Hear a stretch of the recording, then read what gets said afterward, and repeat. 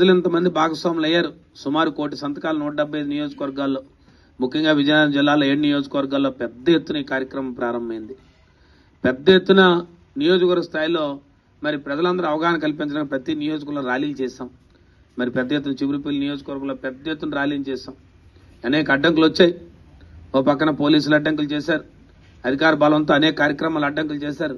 అయినప్పుడు కూడా ప్రజలు కానీ వైఎస్ఆర్ పార్టీ నాయకులు కార్యకర్తలు స్వచ్ఛందంగా పాల్గొని శాంతియుతంగా ప్రజలందరినీ కూడా మమేకం చేస్తూ, మరి ఎందుకంటే ఇవాళ ఏదైతే ప్రజా వైద్యం ప్రజల హక్కు అని ఒక నినాదం ఎందుకు చెప్పామంటే, డాక్టర్ బాబాసాహెబ్ అంబేద్కర్ గారు ఆనాడు ఏదైతే మనకి దేశానికి రాజ్యాంగం రచించిన ఆనాడు స్వాతంత్రం వచ్చింది అది పెట్టారో, వారు ఒక మాట చెప్పారు. ఆనాడు రాజ్యాంగంలోనే పొందుపరిచారు. ఈ దేశంలో ఎన్ని ప్రభుత్వాలు ఏర్పడినప్పటికీ, ఈ భారతదేశంలో ఎంత అభివృద్ధి చెందినప్పటికీ, ఆధునికంగా కానీ టెక్నాలజీ పరంగా చెందినప్పుడు కూడా ఎన్నికైన ప్రభుత్వాలు ఖచ్చితంగా విద్య కానీ వైద్యం కానీ ఉచితంగా ఇవ్వాలి ఆ ప్రజలకి అని చెప్పి ఆనాడు ఏదైతే చెప్పారో దాన్ని మరి ప్రభుత్వం పూర్తిగా మరి పక్కన పెట్టి, గత ప్రభుత్వం జగన్మోహన్ రెడ్డి నాయకత్వంలో ఆనాడు విద్య కానీ వైద్యం కానీ రెండింటినీ కూడా ఎప్పుడూ కూడా పూర్తి స్థాయిలో ఇవాళ పోటీతత్వంతో కార్పొరేట్ సంస్థలతో పోటీ పడుతూ ప్రభుత్వ రంగంలో ప్రభుత్వ స్కూల్స్ని కానీ ప్రభుత్వ వైద్య హాస్పిటల్స్ని కానీ ఒక కార్పొరేట్ రంగంతో పోటీ పడుతూ ఇవాళ 17 వైద్య కళాశాలలు తీసుకొచ్చారు.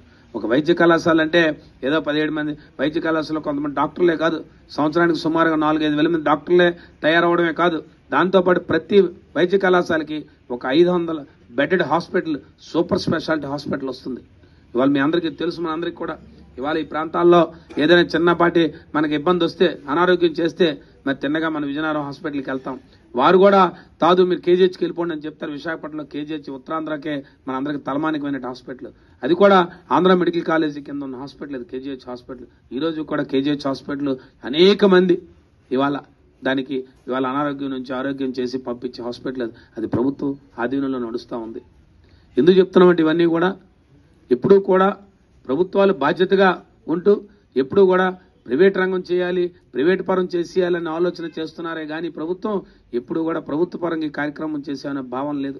కాబట్టే ఇవాళ ప్రజల తాలూకు గొంతుకై ఒక ప్రతిపక్ష పార్టీగా బాధ్యతగా ఇవాళ ఈ కార్యక్రమాలన్నీ కూడా పూర్తి చేసుకొని మరి రేపటి రోజుని 15వ తారీఖున పెద్ద ఎత్తున జిల్లా స్థాయిలో ఒక ర్యాలీని చేసి అక్కడ కూడా ఈ 1 కోటి సంతకాలు ఏవైతే విజయనగరం జిల్లా నుంచి వచ్చి ఉన్నాయో అవన్నీ కూడా మరి రాష్ట్ర కార్యాలయానికి కేంద్ర కార్యాలయం పంపించే కార్యక్రమాన్ని చేస్తాం.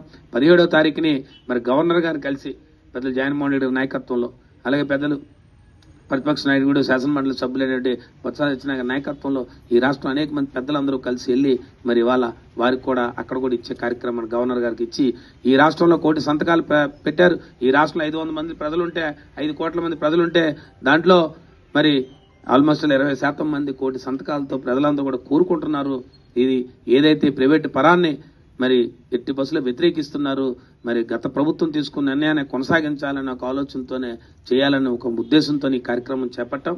ఈ కార్యక్రమంలో మరి ముఖ్యంగా మీ ద్వారా పెద్ద ఎత్తున ఈరోజు వైఎస్ఆర్ పార్టీ నాయకులు కార్యకర్తలు ఇవాళ మేము ఓటమి చెందాము, 1 సంవత్సరాల కాలంలో ఓటమి చెందామని దిగాలు లేకుండా ఒక ప్రతిపక్ష పార్టీ బాధ్యతగా ప్రజలు మనకు ప్రతిపక్ష పార్టీ బాధ్యత ఇచ్చారు, ఖచ్చితంగా మన అధికారం కోల్పోయామనే భావన లేకుండా ఇవాళ వైఎస్ఆర్ పార్టీ కార్యకర్తలు నాయకులు అందరూ కూడా పెద్ద ఎత్తున ఇంట్లో పాల్గొన్నందుకు మీ ద్వారా చీపురుపల్లి నియోజకవర్గంలో ఉన్న మా వైఎస్ఆర్ పార్టీ నాయకులు కార్యకర్తలకు అందరికీ కూడా ఈ మీడియా ద్వారా ప్రతి ఒక్కరికి కూడా నేను ధన్యవాదాలు తెలియజేసుకుంటా ఉన్నాను, కృతజ్ఞతలు తెలియజేసుకుంటా ఉన్నాను. ఎందుకంటే ఒక నాయకుడు ఏదైతే మాట ఇచ్చినా లేదో ఒక ఆదేశాలు ఇస్తే దాన్ని తూతా తప్పకుండా నిర్వహించిన తత్వం విధానం మరి చీపురుపల్లి నియోజకవర్గ వైఎస్ఆర్ పార్టీ నాయకులు కార్యకర్తలది. ఖచ్చితంగా ఆ కార్యక్రమాన్ని చేసినందుకు, దీంట్లో అనేక మంది భాగస్వాములు చేసినందుకు, ముఖ్యంగా విద్యార్థి సంఘాలని, ఉద్యోగ సంఘాలు, అనేక మంది సంఘాలందరినీ కూడా ఎవరైతే దీన్ని వ్యతిరేకిస్తున్నారో, ఈ ప్రైవేట్ విధానాన్ని వ్యతిరేకిస్తున్నారో వాళ్ళందరినీ కూడా మరి బాధ్యతలు చేశారో ఆ కార్యక్రమంలో భాగస్వాములు చేసినందుకు వారికి ప్రత్యేకమైన ధన్యవాదాలు తెలియజేసుకున్నాం. మరి రేపటి రోజున జరిగే కార్యక్రమంలో మీ ద్వారా మరొక్కసారి చీపురుపల్లి నియోజకవర్గంలోని వైఎస్ఆర్ పార్టీ నాయకులు కార్యకర్తలందరూ పెద్ద ఎత్తున రేపు పాల్గొనాలి. రేపు అందరూ కూడా 3 రోడ్ల జంక్షన్ దగ్గర పెద్దల బొత్స సత్యనారాయణ నాయకత్వంలో లాంఛనంగా ఈ కార్యక్రమం ప్రారంభం కాబోతుంది. రేపు ఇక్కడ నుంచి జిల్లాకి మరి ఇవన్నీ కూడా అందజేయడం జరుగుతుంది. ఈ కార్యక్రమంలో ప్రతి ఒక్కరూ కూడా దీనికి సంబంధించి ఎవరైతే ఈ ప్రైవేటీకరణ వ్యతిరేకిస్తున్నారో వాళ్ళందరూ కూడా దీంట్లో పాల్గొనాలని, వాళ్ళందరినీ సమన్వయపరుచుకొని పెద్ద ఎత్తున మరి 3 రోడ్ల చీపురుపల్లి 3 రోడ్ల జంక్షన్ దగ్గర నుంచి పెద్ద ఎత్తున ర్యాలీలో పాల్గొని మరి ఏదైతే మనం తీసుకున్న నిర్ణయం ఈ ప్రభుత్వం వెనక్కి తగ్గేదాకా ఏదైతే ప్రైవేటీకరణని వెనక్కి తీసుకొని మళ్ళీ గత ప్రభుత్వం తీసుకున్న విధానాన్ని కొనసాగించే విధంగా ప్రభుత్వం పరంగా జరిగే విధంగానే మరి వారి మీద ఒత్తిడి తీసుకురావడానికి కార్యక్రమం చేపడుతున్నాం. అయినప్పటికీ కూడా మరి అనేక సందర్భాల్లో చెప్తా ఉన్నారు. మరి ముఖ్యంగా చంద్రబాబు నాయుడు గారు కానీ